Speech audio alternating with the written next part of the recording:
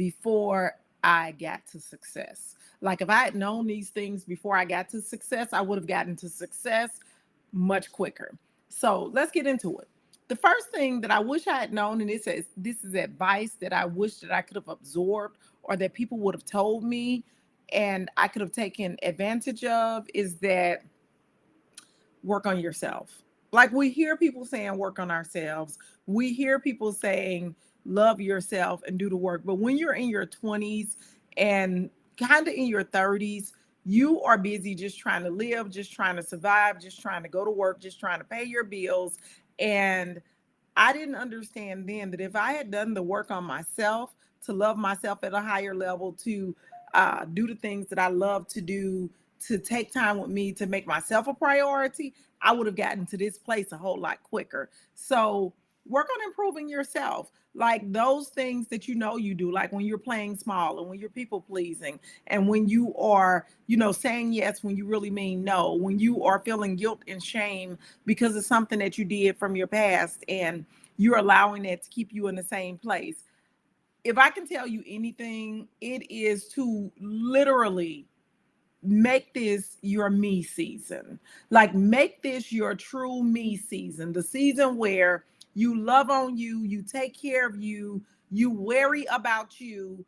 Just make this your me season and watch your whole life change. Watch how you catapult into a different type of life. Watch how you catapult into a different sphere of living when you make this a me season and you worry about you, you take care of you, you pamper you, you love you. And let me just tell you, when you show people how much you love you, that lets them know how much they got to love you. When you show them how you take care of you, they know how they need to take care of you. When you don't stop your day to do something for somebody else and put yourself behind on the things that you need to do, they realize, oh, what she does is important. And see, when we don't prioritize ourselves, when we don't take care of ourselves, when we don't improve ourselves, we haven't dealt with the hurt from our childhood. We haven't dealt with the trauma that we may have experienced growing up in adulthood, being bullied in school, being the younger sibling, being the older sibling, being pushed around, being talked about, being joned on, all of those things that we push down in order to get through it. When you get older, it comes back in a different form. And so the number one thing that I would say that I wish I had known sooner is that improve yourself, work on yourself, and it's going to create gigantic leaps of success for you. Number two, this one is going to sound a little odd, but stay with me and see if you can work with me. So the way we were brought up, everything was black and white. Everything, it was either right or wrong, black or white. This is the way it is. And I would say one of the things that I wish I had known is that while black and white is good, there is an in between. And who is it that gets to determine the right and wrong? And where is that coming from? Like those are societal norms that are telling us that things are right and things are wrong. And so when we grow up and we have this idea of what is right, what is wrong, and let's be honest, a lot of times we get these things from our families and the content that we absorb. And so when you're watching these superhero shows, the hero is always right and the villain is always wrong. But I always want to remind you, when I learned this lesson, this changed my life, that the villain has a story too. See, don't nobody ever talk about the villain story, but the villain has a story too. Them people did something to that villain. Them folks killed his wife. Them folks took his house. Them folks beat his dog up. Them folks beat up his kids, killed his kids, raped his daughter. They don't tell y'all that story. They just tell y'all he wrong, she wrong. She shouldn't have did that. She going to hell. Well, guess what? The hero could be wrong too. They don't tell you about the people that the hero injured in trying to be the hero. They don't tell you about the people that the hero wronged in trying to do the right thing, because we all are going to be the villain in somebody's eyes. If somebody had told me that years ago, I lived a good part of my life trying to do the right thing, trying to help people, trying to make sure I was on the right side of the law, trying to make sure that I was living a good life. But the question has to be, living a good life up against whose standards, whose standards, and understanding that even when you're trying to do right, you can still be the villain in somebody else's eyes. So when we get over these these right and wrong, all of these absolutes, we got to get over all of these absolutes. And really, it's taken away a part of the judgment that we do when we judge somebody for being right or wrong. Understand that you're still judging. And so I've gotten to a place where I understand that two truths can exist at one time. Two truths can exist at the same time.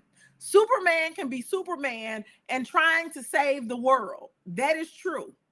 And Lex Luthor can be Lex Luthor and have been wronged and is just fighting, trying to survive, and trying to do what he feels is right. Two truths can exist at the same time. And if somebody had told me that, see, nobody told me that it could be two truths at one time. They say the truth shall set you free, but they didn't say whose truth. See, it can be multiple truths, and it depends on perspective, and perspective definitely matters. And so I wish I had known that before now. And it would have helped me a lot. I wouldn't even be in this place that I'm in now. I would be much further along. Number three, this is the third thing. Be good at what you're good at. Get in your zone of genius. Understand what it is that you're good at and do that. Stop trying to be good at 100 different things. Stop trying to be a good dancer, a good singer, a good baker, a good this, and be great at the thing that you are gifted at. Once I realized that me trying to do all these different things, and yeah, I can do them effectively, they would get the job done. But was it ever in excellence? It's what I thought was excellence. It was excellence for the level that I could produce it at, but somebody else could come and do that same thing and it take 2 minutes while it took me 2 hours. One of the things that I learned that I was really good at is data. I'm good at reading data, understanding data. I'm really good with numbers. Now, I'm really good with numbers, but is that my zone of genius? It's not. But when you put a set of data in front of me, I can read the data, I can decipher the data, and I understand how numbers can lie. You know how people say numbers don't lie? Numbers absolutely can lie. Numbers can lie. Y'all see that data from y'all schools, talking about how good y'all school doing, and half of the kids in your school can't read. Data and numbers absolutely do lie, and so do the people who are communicating what the data means. And so it all depends on how you move those numbers and rotate those numbers about, and what it is you're having those numbers represent. And so even though I'm really good at data, that's still not my zone of genius. You know what I'm saying? Like, I can make it work. I can do some stuff with numbers, but that's not my zone of genius. And so why would I start a business or do something that's around data collection when I can do it? It's going to be effective. It's going to be done right. But is it in my zone of genius? No. Listen here. You are a fish. Stay in water. Stop trying to come on land and climb the tree. Just be a fish. So I'm just being a fish. Like, I am the person who helps you to take your complex issue that you're having, and I can help you to simplify it. I can help you to understand that complex idea. I can explain things where it's super simple. Stay in your zone of genius. Stay in your zone of genius, not your zone of excellence, not your zone of competence. Stay in your zone of genius.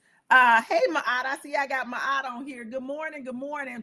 Ma'at, I know we got a podcast interview coming up. I'm just trying to get my live in before we do our podcast interview, because yesterday I had a beauty shop appointment, and so I didn't get to do my live, but I'm back today. So I only missed one day, and I'm going to make that up this weekend, okay?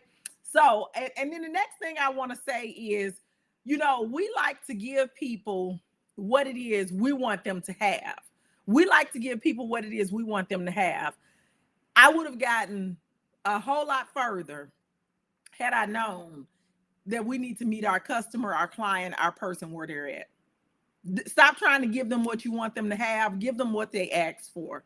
So, like for me, I'm a big thinker. I am a very big thinker. I work in conceptualization. And once I realized that I couldn't give the big picture, I had to bring it down to the smaller picture because that's what the people wanted. Even in my school system, when I was the building principal, the reason why I probably did not want to become a principal and was willing to stay as a lifelong assistant principal is because I could communicate my big ideas to my principal and he would love it. He'd be like, yes, that's what we're going to do. Yes. But when I try to communicate those big ideas to the teachers, they would look at me like I was crazy and be like, no, that's too much. We can't do that. That's no. Because they needed the smaller steps. The building leader could understand the big picture. You have to meet your customer where they are. You're trying to get them to get to the answer. I was talking to one of my clients, Katie, last week. She does wellness. And one of the things that she's really, really amazing at is breath work. She can take you through breath work to really help to get your body calm and to get you into a good place. And so, you know, breath work is great, but for somebody who is working 8 hours, got kids, got soccer practice, got a spouse at home, got to take care of mama, got to do this, got to do that.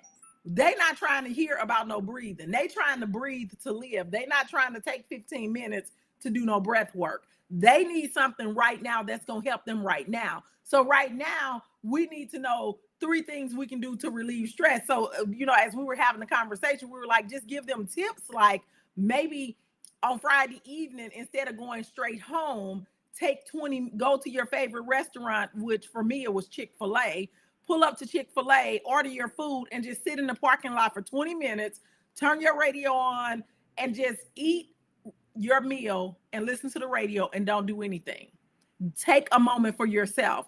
A person will be able to absorb that quicker and see how that's going to help over, come on, let's do some breath work. Girl, leave me alone. I ain't got time for no breath work. Now, once you get them to be able to get some relief, now we can talk about the next stage, which is we can get you to an even better place if we can get you to get into breath work. You see what I'm saying? So we got to get to the habit of giving people what it is that they want to meet them where they're at, and then you get them what they need.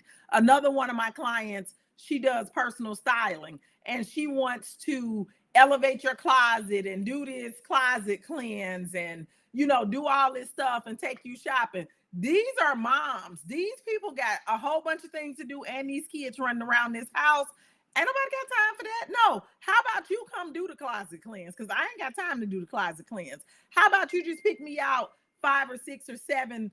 How about you just pick me out 5, 6, 7 of the outfits and let me pay you for picking out the outfits? But she wants to educate the people on personal style. They didn't ask to be educated on personal style. They want you to get them some outfits so they can be cute when they're taking their kids to school and stop looking like they are just a mom and with no style or no grace. So we have to give the people what it is they want before we can give them what it is they need. So that means that we need to meet them where they are. Had I known that, listen here, had I known that, baby, I would be so filthy rich right now because I started out giving people what I felt like they needed. And then they would be fighting and tussling, and I'd be trying to help them to understand, well, you need this. This is what's going to get you here. This is what's going to get you there. No, meet the customer where they're at. Okay, so the next thing, number 4, y'all stop settling. Had I understood that I was settling in the beginning and in many things in my life, I would be living a totally different life. We will compromise our dreams. We will improvise our dreams. Forever Teaching says, right, that makes sense. Teachers need really small steps. Exactly. Yeah. So we will compromise our dream. I need us to not settle. If somebody had explained to me that I was settling, I didn't even know I was settling. Like in the process of the thing, I had no idea I was settling. Nobody pointed it out to me. Nobody said anything. And then when I think about instances when I did not settle. So, as an example, when we got ready to buy our first home, we selected an area and we went to purchase our first home. We knew that this would be a starter home and that we would be moving out of this home. We just needed to get out of the apartment and into a house. And we live in Missouri. And so our housing market in Missouri is really good. Like we can get homes really at really great prices in the Midwest. And so when we went to buy our starter home, it was with the understanding that we're only going to be here for up to 5 years and then we're selling this house and we're going to buy our dream house. Well, I didn't settle. Like when we got into that house, baby, when my son got 5 years old, I was like, it's time. We done been here long enough. It's time to go. And we went and found our dream home. We had a list of what we needed, and then I said anything that I didn't get on this list that I need, talking to the realtor, please take me to houses where I can see that. We knew when we pulled up to our dream home house, it had everything we needed plus some. It was across the street from a park. It had a beautiful backyard. It had 3 bedrooms. It had 3 bathrooms. It had the living room and the family room. It had all the things we had desired, and it's because we didn't settle. When the price went up, we didn't settle. We said, this is the house. This is where we're going with. And when obstacles came in the way, we did not settle. Then when you think about the times when we did settle, that was one of the few times that we, as in my spouse and I, can think of times when we did not settle. And even in business, we will settle. We will say, this is going to be my 6-figure year. And then we get to October and we be like, well, I did good anyway. I didn't make it. No, you still got time to make it work. We will say, I'm starting my business. Even when it was time for me to quit, to leave my job, I knew it was time for me to leave my job. I knew I was done. Internally, I had quietly quit. I was one of the people who participated in quiet quitting. I knew I wasn't going to do this no more. I knew my time was up. It's some of y'all right now who are quiet quitting on your job. You show up, you do your work, you go home, the passion is gone, the impact is gone. While you're still being impactful, you don't feel the impact that you are providing in your life. It's not purposeful for you, and you don't want to spend your time like that anymore. I know as some of y'all who doing this, you ain't got to tell me. I already know. I did it for a couple of years, okay? And I was settling because I said, who else is going to pay me $116,000 a year, even though I wasn't bringing home $116,000 a year. But in my mind, that's what my mind was telling me. Who else is going to pay me $116,000 a year in education? I'm going to have to take a pay cut. I'm going to have to do this. And I had accepted the settle. I had accepted to settle. I had a dream for my life when I became a teacher. And when they showed me that pay scale, I totally deduced that dream. I totally brought it down. I was like, okay, well, they said this all the money we gonna make, and I built my life around that $80,000 to $90,000 that you can make after 25 years with a teacher, and I settled. And so, one of the things that I wish that I had known earlier is do not settle. Do not allow people to tell you what you can have, what you can't have, where you can go, what your life is going to be like, what type of business you can have. Once I learned that I was settling, once it was pointed out to me, and you got to have the people in your life who will point these things out to you.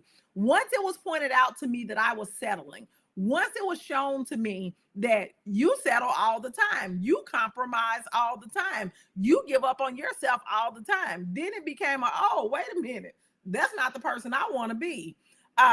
Forever Teaching said, I had that same mindset. A lot of us do, but now we know better, right? And so that's one of the things that I wish I had known earlier, is that I was settling, that I was allowing people to tell me what my life was going to be like, and that I wasn't the true author of my life. Like we said, we wanted to be a teacher or an educator, and we went and we did that. And so we thought that we were authoring our life. No, that was just a line on the page that we authored. Somebody else wrote the rest of the chapter for us. That's right. She said, I'm so glad I'm not settling anymore. Right. And so think about, had we known this 3, 4, 5, 10 years ago. So that's why I like to come here and to share these things, because there may be somebody now who's still in that space of settling. Recognize it now and stop. Stop saying things like, well, if the Lord see fit, the Lord already saw fit. You can have whatever you want. It's available for you. You haven't asked for it and you haven't moved to go and get it. Stop putting stuff off on the Lord. The Lord said you can have whatever it is you want, all the desires of your heart. You don't have to wait on him or her. They're waiting on you. Okay. So then my number 5 thing, here's my number 5 thing. And I think that this one right here, listen here, even for us introverts as well, because I'm an introvert, learn that it's okay to be alone. Like, people make us feel bad for being alone and for, being okay with being alone. But how many of us were really okay with being alone? And when I say being alone, I'm saying even being able to go out to meals by yourself, being able to go to the movies by yourself, being able to go for a walk by yourself, being able to go on a solo vacation by yourself. And this is not just for introverts, this is for extroverts as well. Learn how to be alone. The reason why a lot of us have not started the business or created the life that we want, we're waiting on somebody else. We're trying to get our good friend to come start this business with us. We're waiting on the trip because we need our friend to go with us. We can't go do the thing that we want to do because we are waiting on a friend. And then the problem with us introverts, we're okay with being alone in our homes, in our houses. But when it comes to doing stuff, we don't want to do that alone because we don't want people to look at us like we're weird or crazy. Now, at this big age, I understand that there is power in being able to be by yourself. When I got ready to start my business, I was trying to start my business with a colleague of mine. She was really good in math. I'm really good in English. She's really a detailed thinker. I'm really a big thinker. A lot of compliments from one another, and we work really, really well together. And I had to come to terms with, you need to do this by yourself. Like, we're looking for that safety net of somebody else. There were trips that I always wanted to take, and I didn't take them because I needed somebody to go with me. I didn't want to go by myself. There were movies that I wanted to go to, and I didn't go because I wanted somebody to go with me. And so now, like, I don't care. I go to the movies by myself. I go to somewhere to eat by myself every single week. I go to brunch. I was just at brunch the other day by myself and enjoyed it, loved it. Do you hear me? It gave me time to think. And so we got to stop thinking that somebody else, she said, you speaking facts, or these videos on YouTube for replay? Absolutely. Yes, they are.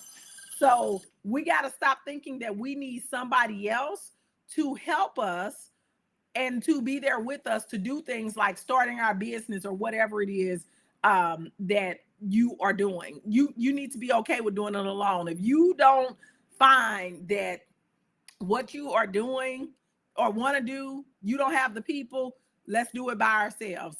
I'm going to a skate party this weekend. I'm not looking for people to go. I let people know that this is what I'm doing. And then if they want to go, they'll be like, oh, I'm going to go with you. But if they don't go, I'm going anyway. We got to stop trying to collect people to help us and to go with us because we don't want to go by ourselves. You got to up-level your life and be in the places where the people are who are looking for your work, or people who are like you. And a lot of times, I don't know why my phone is ringing like this. Okay. And so a lot of times that is doing it by yourself. Like, I talk to my folks who I work with all the time about, get out of your comfort zone, do something different. And then this is just a bonus one for folks who may be in this stage of life. Your partner matters. Listen here. One of the most impactful things that you can ever do is bring your intimate partner into your life. Like, that matters. I am so happy, and I didn't understand this back then. So that's why I'm telling folks now, if you're not already hooked up with somebody, that really matters.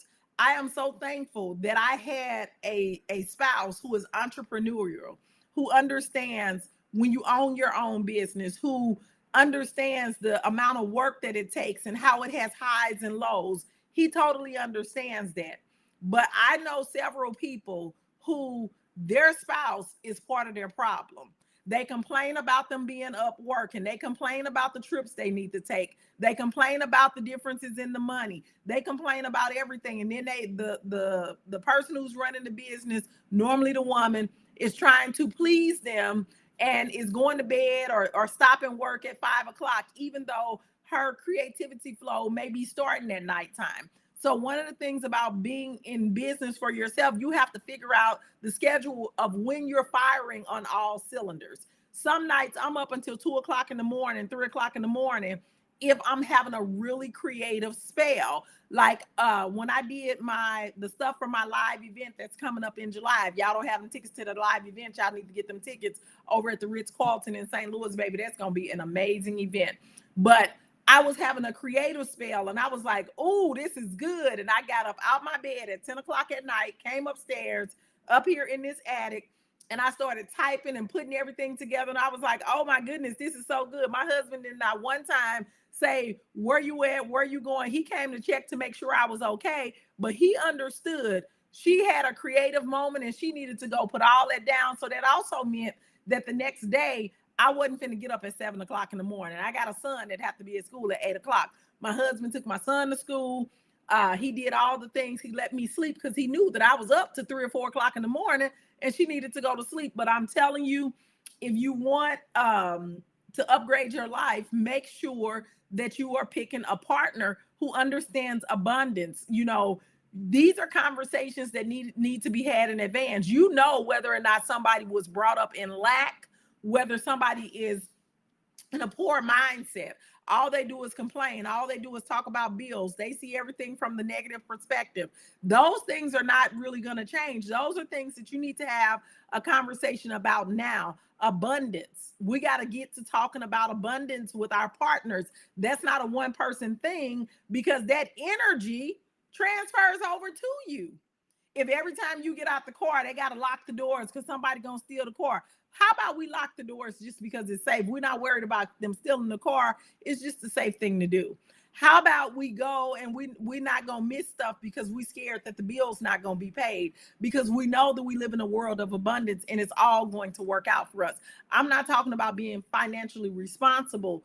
I mean, I'm not talking about not being financially responsible, but I'm talking about not living in lack and not living in fear and not doing these things that bring the wrong energy into your life. A lot of us right now know if we're dating someone, with someone, or interested in someone who is rooted in lack, it's always about what they don't have, but they're also funny. So we battle this thing. Oh, he's funny. Oh, he's so sweet, or she's so sweet. Oh, she's so thoughtful, or he's so thoughtful, but he or she is also this, and this. Our partners can make or break the dream that we have for ourselves. Have you shared the dream that you have for yourself? Have you shared what your life is going to look like 5 years from now? Not what you think it's going to look like, what it's going to look like 5 years from now. Like, are you still going to be staying in the same place? What type of house are you going to be living in? What type of car are you going to be driving? What is your bank account going to say? How are you going to be feeling? What are your days going to be like? And when you share that with your partner, what is their response to that? Are they telling you, I'm not moving?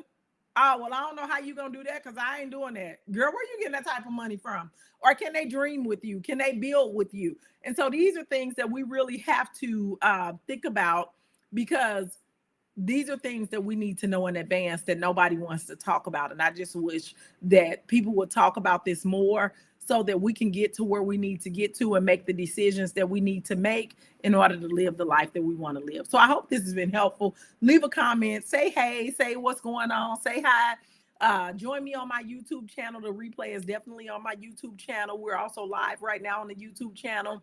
And subscribe. Y'all, I'm coming in every day. I got a few more days to go, and I will have made it to April. And at the end of April, I will give you an account of how abundant April was for me, okay? So I'm going to show you how this works. When you put something out into the universe and you say what it is that you want, and then you put the action behind it to make it happen, a lot of things are going to open up for you. I'm not going to even, I'm going to give y'all a full accounting at the end of May, because right now, I can tell you right now, I've made more partnerships, more connections. I've been on several podcasts, got several podcast interviews coming up, been asked to speak. I done made good money this month, all types of things. I've supported some amazing women. I've started a new program, all types of stuff, all because I determined at the end of March that April was going to be an abundant April. And remember I said I was going to help 10 women. And so I'm going to give you an accounting of the women who I've helped, what I've done. I'm gonna do all of that probably on May 1st because we got to get through April. So I'll probably do that on May 1st. So if you're interested to see how you manifest, how you bring manifestations to life, how it is real, then you're gonna join me on that day when I do my abundant April reveal. Okay. So I'm going on to do my podcast. I will talk to y'all later. Hey Sherry. Hey, catch